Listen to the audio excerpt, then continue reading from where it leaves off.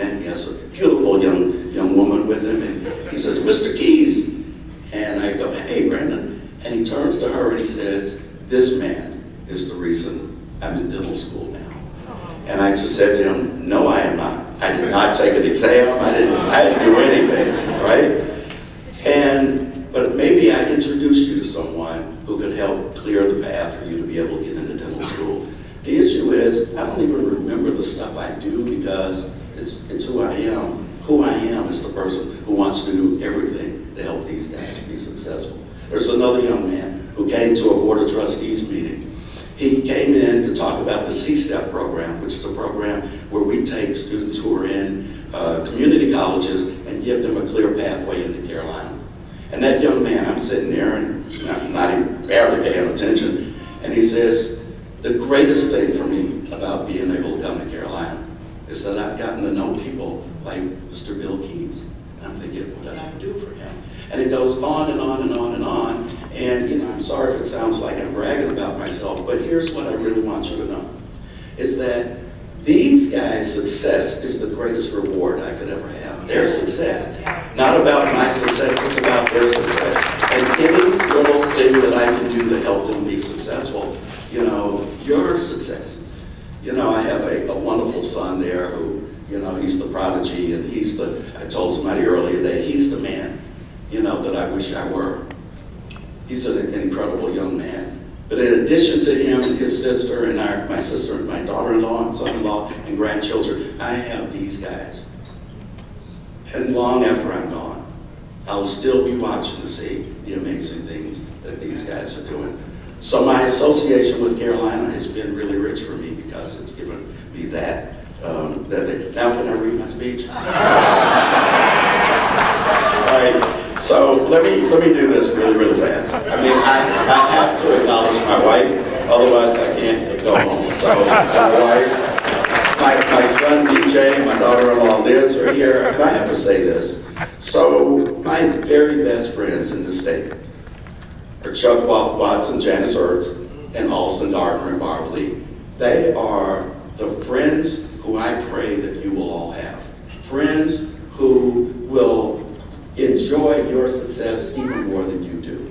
I love them. They know, and I know they love me, and there's nothing that we won't do for each other, etc., etc., etc. My best friends in Washington, D.C., Sam Fullwood and Cynthia Bell, and Ron Childs and his wife Adrienne Childs, his daughter Giselle is standing in for her mom tonight. But they are incredible forces in my life who I appreciate very, very much. Now, you're not expecting this, but there's Stick Williams right there, who is the same age as me, but yet somehow he's my role model. How do you do that? But Stick Williams has done so much, and it's really, really impressive. Let me into Liz, promise.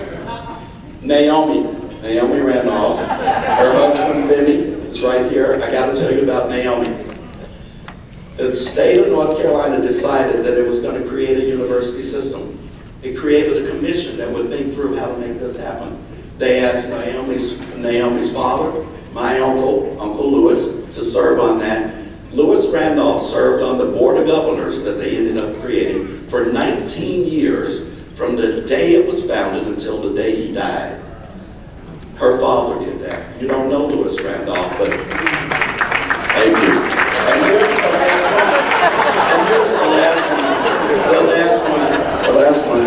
And I want to also acknowledge Pearl Burris Boyd and Steve Long, who are members of the Board of Governors, who work tirelessly to make sure our university is the best in the world. And I want to acknowledge them and thank them for what they do. And I'm done.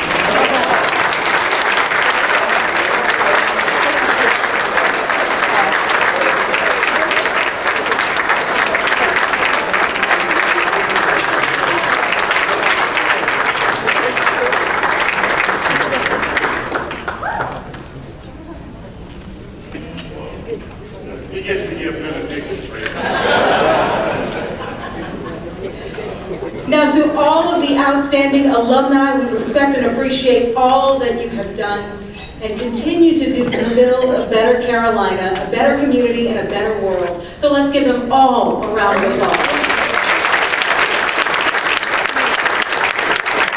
I just want to say before I go, I on the 10 o'clock news tonight, so I have to run. But if I don't make it, I'm going to blame the PhD in communications.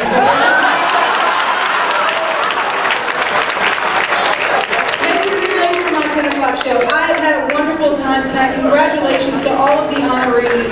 And it's just been a great opportunity to be in the room with so many special people. Have a great night. Continue to stay.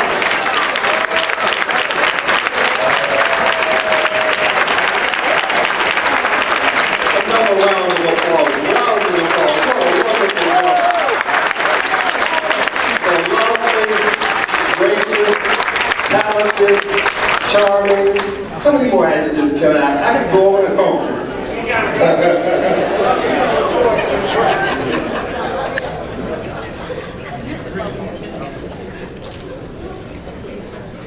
You all know how when the game has been won, Roy Williams calls in the second team?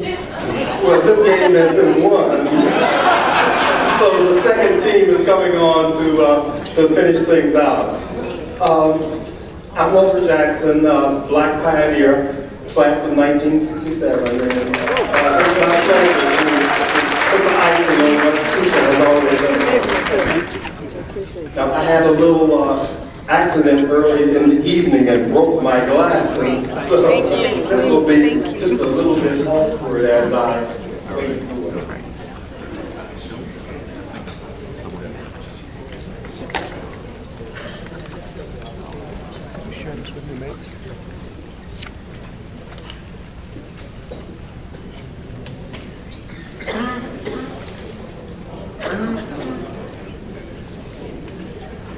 Okay, we will now have remarks from Dr. Southerland, Chair, Light on the Hill Society Board of Directors, followed by the results of our silent auction from Chandler Douglas Award, the silent auction coordinator.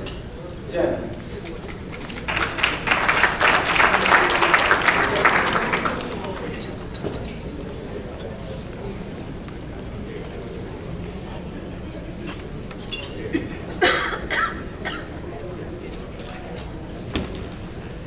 Good evening, everyone. At first, I'd like to just congratulate all of our award winners. You guys rock.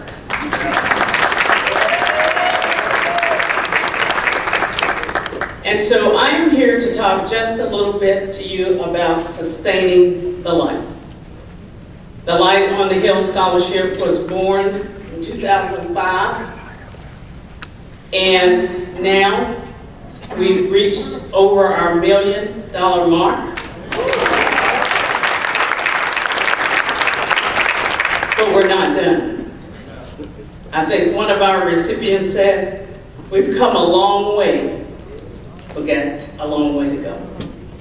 So I want you all to keep in mind that sustaining your gifts and keeping the light before you will help us continue to keep our youth before us and our past behind us.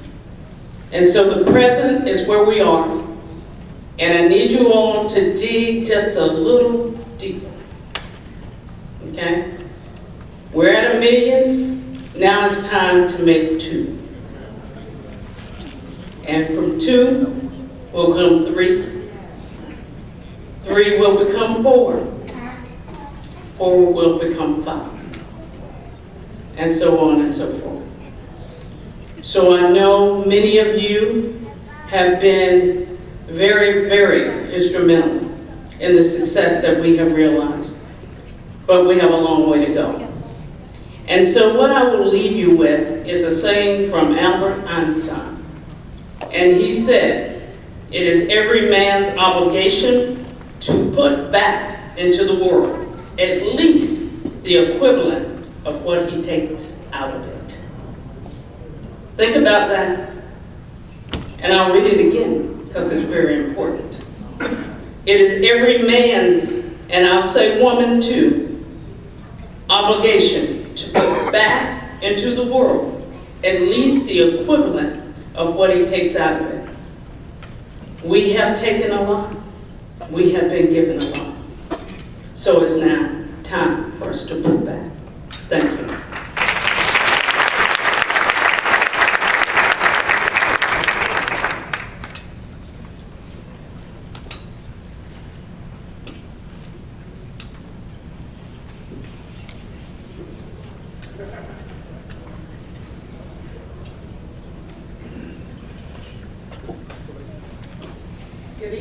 Tar Heels. We're going to close us out tonight. Thank you so much for those who participated in our live auction.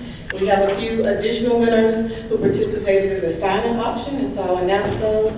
And for all of our winners, if you can please make sure you meet Miss Tania Pettis. She's sitting right at the desk, so you can't go out until you pay your debts. And she will take care of you, and you can pick up your items at the table. The winner of the interlocking North Carolina koozies is Jessica Etheridge. The UNC pop-up table, Olympia Holston. The Ramesses yard sign was bidder number 115. The UNC throw, bidder number 99. There's some stiff competition going on with that. Let's see, bidder number 133, you're the winner of the Old Well and the Standing Upright Ramesses. Let's see, Brian McBroom, you're the winner of the Night Lamp and the Carolina Coffee Table book. And last but not least, bidder number 5, you are the winner of the Carolina Fan Pack and the Copper Carolina Mugs. So thank you again. Every little bit helps, and tonight's proceeds totaled close to $4,000. So thank you so much.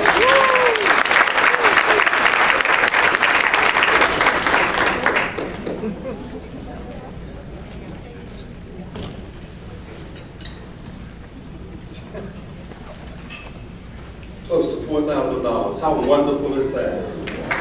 They're supposed to have $2 million mark that.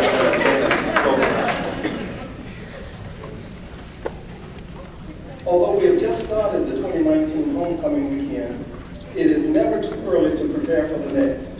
And so to help look ahead to next year, please welcome Lisa Morgan, Chair-elect of the 2020 Black Alumni Reunion.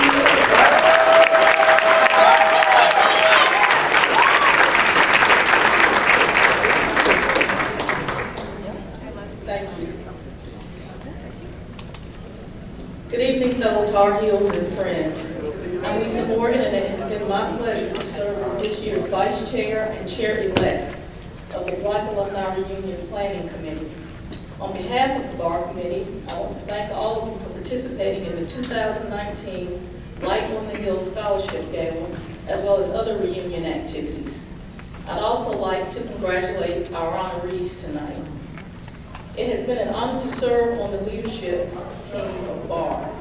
Everyone on the committee is extremely dedicated and committed to ensuring that BAR is a success and reflective of what you want to see happen during the weekend. Thanks so much to Doug Dibbert and the General Alumni Association for their ongoing support of BAR. And a special thank you to Tania Pettis.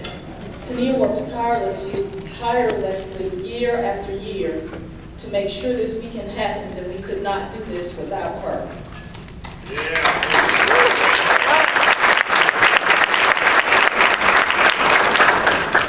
come an awfully long way since BAR's inception.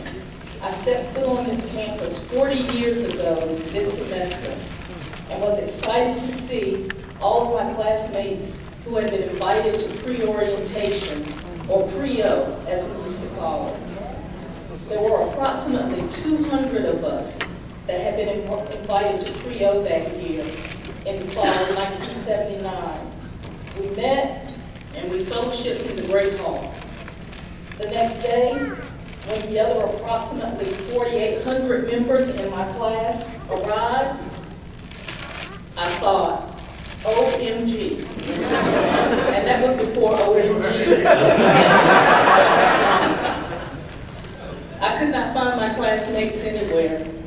But little did we know that those who had walked this campus before us were busy beginning to plan for our first Black Alumni Reunion.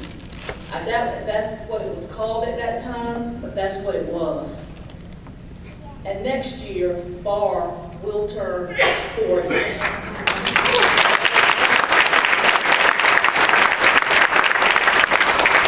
And Phil McAlpin, our current BAR chair, was involved in the planning of that very first BAR. Phil, I thank you and others on that very first planning committee. You have got to be proud of what you all helped to birth so many years ago.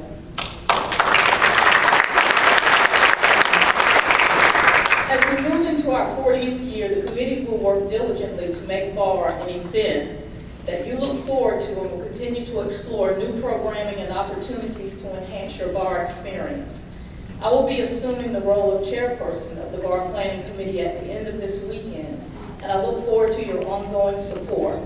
And before I step away from the podium, I'd like to encourage you, if you haven't already done so, to make sure that you get out and vote and encourage others to do so. I know that this is considered an off-year election, but there really is no such thing. All elections matter. Make sure that your voice